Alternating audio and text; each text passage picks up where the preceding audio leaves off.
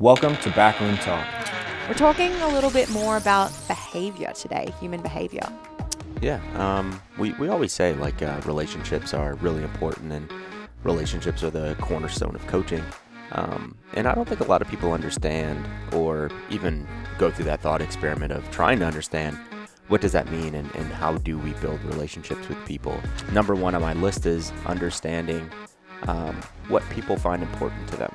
So what else is important in terms of behavior? Yeah, just understanding that as human beings, we're wired to seek pleasure and avoid pain. To listen to more Backroom Talk, be sure to subscribe. Learn to design personalized programs with the OPEX system of coaching by heading to opexfit.com.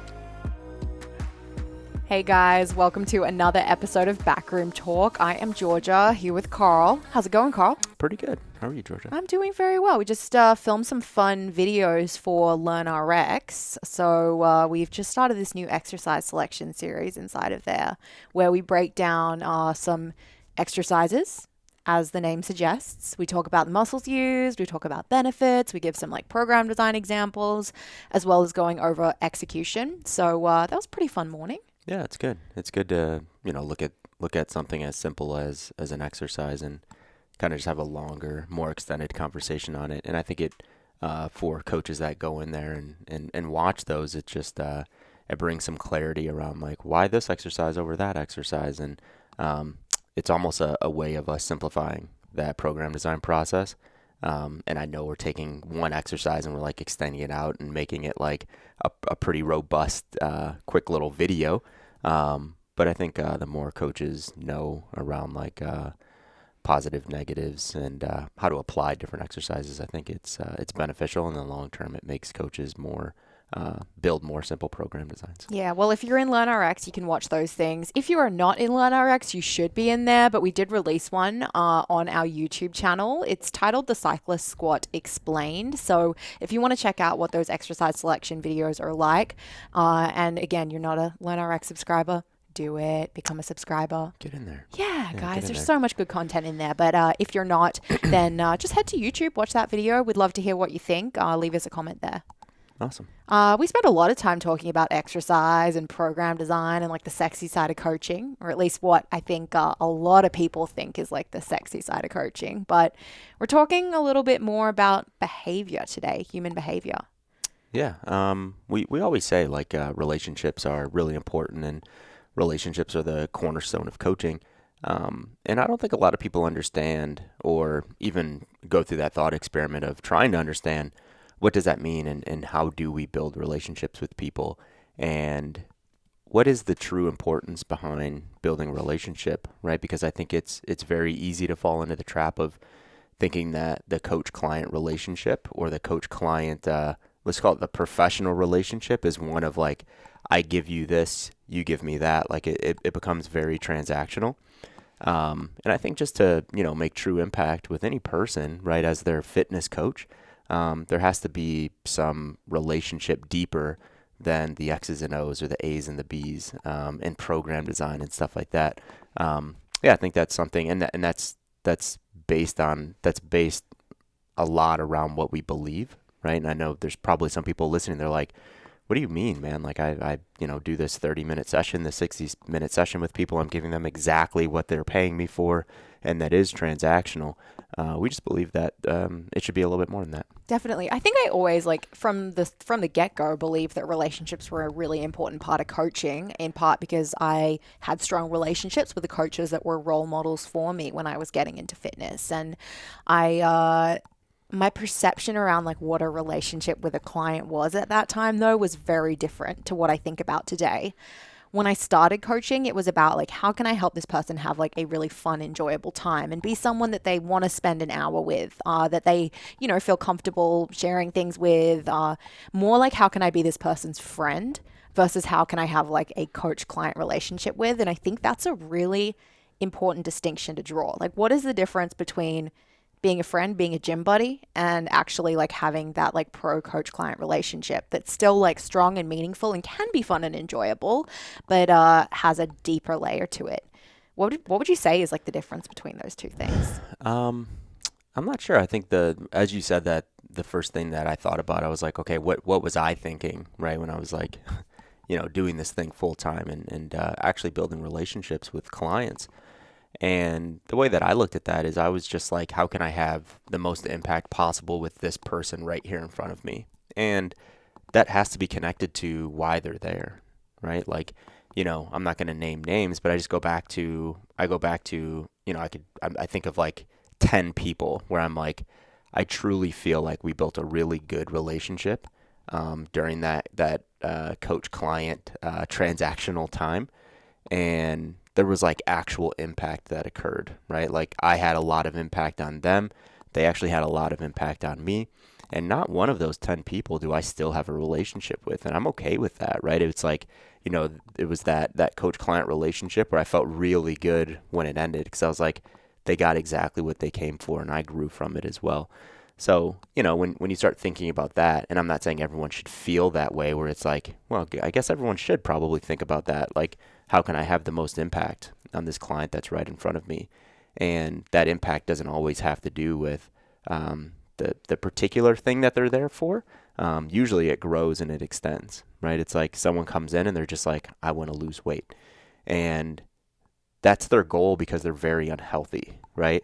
And then you made this like very impactful change in their life, right? As their fitness coach, where you actually change some perceptions around things. You change behaviors, right? They're now healthier people, where they might think, or the truth might say that you added a decade to their life, right?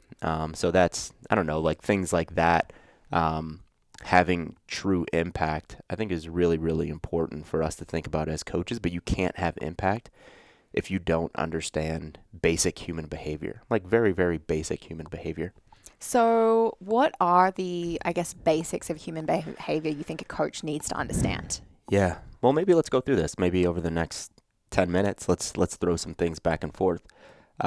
Number one on my list is understanding what people find important to them. Yeah. Right? Like really, really understanding what people find important to them. And we won't get into like the CCP stuff when we talk about understanding one's priorities and their values. But instead, let's change the word and let's talk about understanding one's beliefs. We all have different beliefs as humans, right? Like you believe different things than I believe. There's obviously some overlap there, and we try to find common ground where there's overlap. But as a coach, you're not going to be 100% alignment in your belief system with every client that is in front of you. And that's not the goal as a coach, to try to like identify the overlap and like really lean into it. But to understand someone's values and beliefs arms you with a lot of ammo to understand how do I get them to be where they want to be, right? So the example of like, implementing some habits to make someone healthier, right? Like on the surface level, it's really easy if we just read a textbook and we're like, people need to do this, they need to do this, they need to do this, and then you're just like, boom, do these things. But if you don't understand that person's belief system and their values and their priorities and all of that stuff, it's really challenging to like actually meet them exactly where they are and to link those things to those values and those beliefs. So that's the first thing that comes to mind, is like really understanding a person is like the very first, like that's the starting point, right? And where do we do that in our process? We do it in an initial consultation, and some of the things that we talk about, like the 7 priority questions, is something that's really important as a starting point for us to really start to dig into asking questions that could, unveil someone's values and someone's beliefs. So I think that's a starting point in starting a relationship with a client. Yeah, I mean, a lot of what we ask our clients to do, it can be uncomfortable and challenging and like really go against everything they have done up until now, in terms of like, I want you to eat broccoli, or I want you to get 8 hours of sleep, or I want you to come into the gym 3 days a week and go for a walk, on those other days. Those can be things that like someone just like doesn't enjoy doing at all. Yeah. And if we're not able to, it's one thing to say, do these things, it's good for you and it's going to help you achieve your goal because you want to lose 10 pounds and this is going to help you lose 10 pounds. It is totally a different thing to be able to reframe it and help them understand why eating their broccoli might improve their digestion, which is going to make them feel more confident throughout the day because they're not going to be feeling like so gassy, which has been really getting them down. So just going that extra layer to understand, like, what does this person care about? They want to feel more confident at work. They want to attract a mate. They want to be around for their kids. Like, taking the time to talk to someone, unpack that helps you then go ahead and connect why they should sleep 8 hours with, I almost threw a glass of water at Carl, why they should sleep 8 hours with what their greatest beliefs are. Yeah, definitely. I think we even go a step back or step deeper, and we talk about what does one actually value, right? Outside of like the way that I feel or whatever that case is, right? Like, let's say someone, this is a softball, but say someone valued personal responsibility. They're like, yes, like I need to be accountable for my actions. Like, I'm responsible for these things. I don't blame other people. And that's like something that really came out as like a value for them, right? Like, they have like 3 really strong values, and that was one of them. How can we connect what we're giving them to that one value, right? Yeah. Right? Because usually that person is probably more of like a masculine phenotype, right? So we can challenge that value with them, where we're like, hey, this is the game plan. This is what we're going to do. And this is what's going to happen to move you toward where you want to be, right? And it's like there's like some challenge happening or occurring there. It's like you sit down in a consultation with that person, and they're not living up to what they said they would do. It's like that's probably a really good opportunity to bring up what they said they valued, right? And personal responsibility and accountability and stuff like that. I think that's why a lot of coaches really love working with coaches, because a lot of coaches value what? Health, fitness, all that stuff, right? It's easy. Really easy, right? It's like if someone values health and fitness, they're going to have no problem being compliant to things that fall within that bucket of health and fitness. So with a coach, it's really, really easy. But with a general population person, our job is to connect health and fitness to their values. And we're not like selling snake oil here, right? Like, we truly believe for one to accomplish anything in life, they have to have health, right? If you don't have your health, you don't have anything, right? If someone's like, I want to make $1 billion, right? Let me be more realistic. I want to make $1 million, right? And this pathway says that I'm going to make $1 million per year within a decade. And it's like, their blood pressure is like 202 over like 65, and they're 38% body fat, and they never move their bodies. It's like, you're not going to make it a decade, right?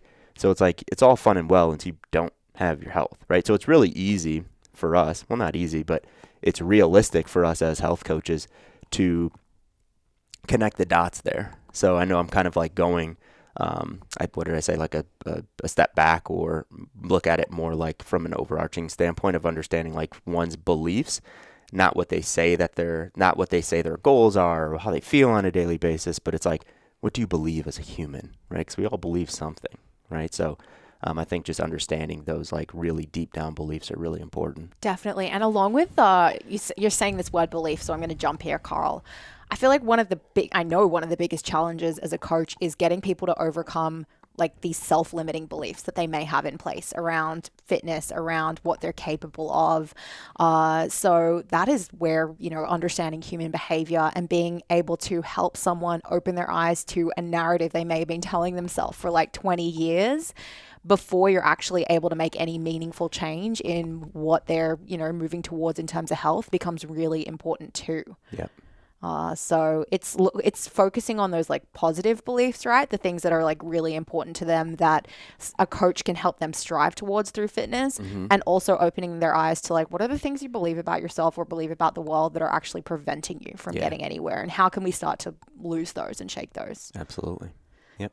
So what else is important in terms of behavior? Yeah, just understanding that as human beings, we're wired to seek pleasure and avoid pain, right? Physically and emotionally. So where does fitness fall into that? It's a little painful. Yeah, I mean, sometimes, right? Sometimes. And I think it can go both ways, because our perceptions of pleasure and pain are actually different depending on who the person is.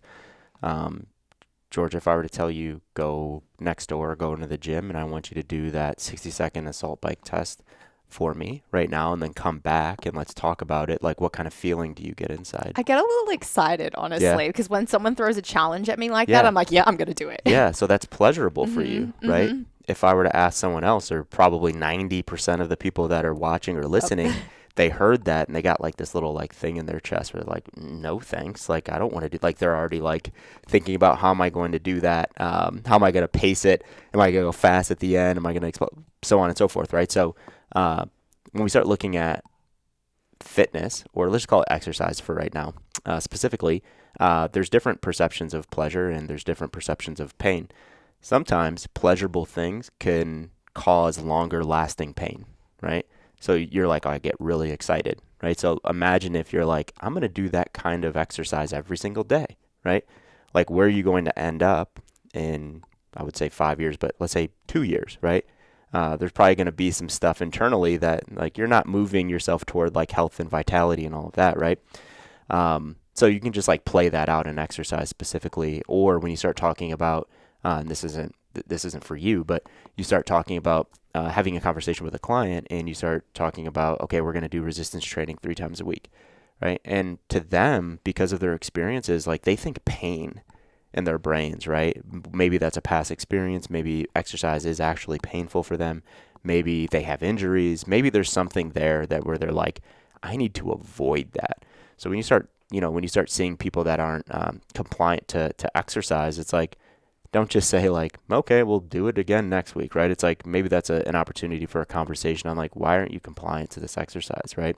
Do you find, maybe don't use these terms, but do you find exercising pleasurable, right? Do you find it painful? And then like dig into like why they find it pleasurable or why they find it painful. But the whole point of that was just understanding that as humans, we're always moving toward pleasure. Like we want to move toward pleasure, like it's just inside of us. And we want to avoid pain. So, we can extend that out to, just regular behaviors as well, right? Where it's like, it's very pleasurable for some people to sit on the couch and eat chips, right? It's more painful to go outside and go for a walk when they're like thinking about, do I do this or that? They're like, I'm going to go to more pleasure, right? I'm going to create a little bit more dopamine here.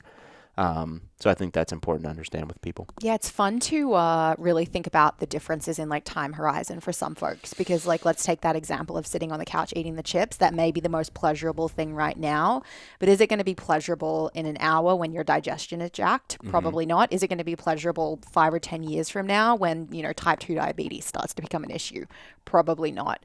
Some people like have a very easy time forsaking instant pleasure, instant gratification for pleasure in the future, for knowing they're going to be feeling better. And some people have a really hard time with that. Yeah. And I do think that like just comes down to individual differences, not necessarily like knowing better. Like one person knows better. Both people may have the same information and realize the consequences of their actions.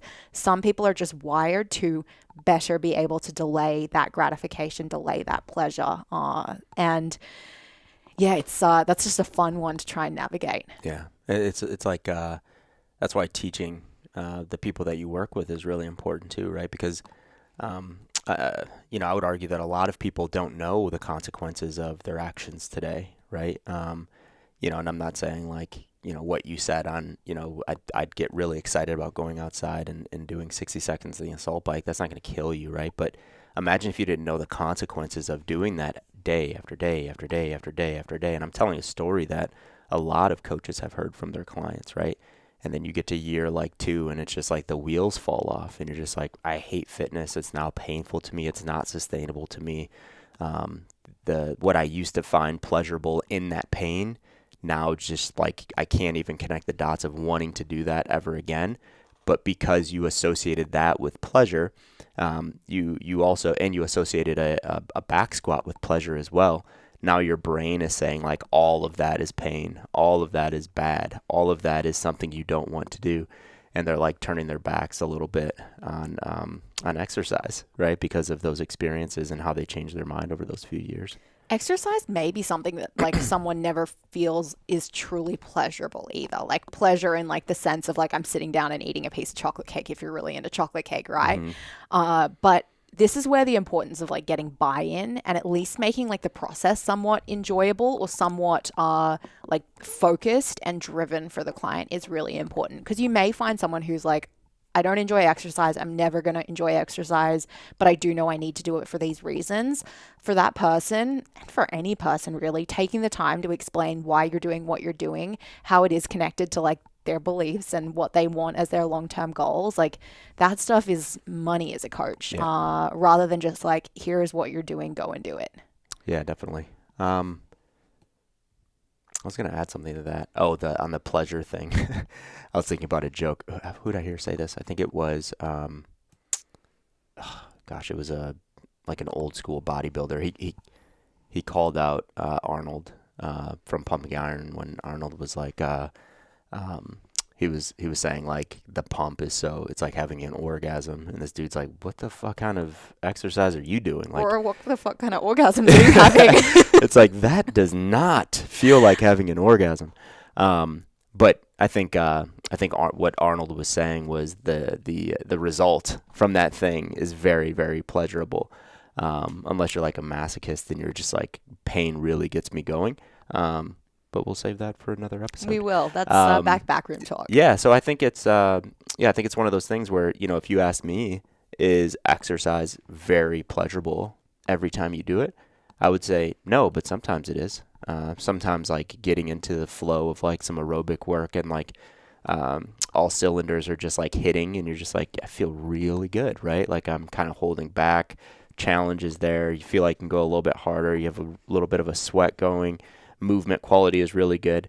So yeah, like I can think of some really pleasurable times exercising, and even lifting weights the same. But I can think of probably just about as many where I'm just like, I just got to do this, right? But it's not like a conversation that I'm having with myself where I'm like, I need to motivate myself to get out and do it. It's just like, yeah, just not feeling awesome today, right? But I'm still going to do it.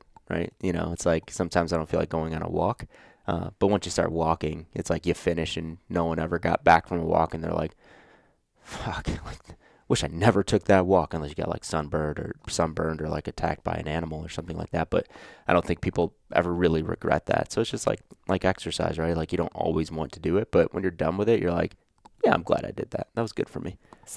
A word that's come up quite a few times is challenge. And as I think about like what I felt my role was as a coach in my like infancy of coaching, it was that like make sure people are having a really, really fun time type of angle.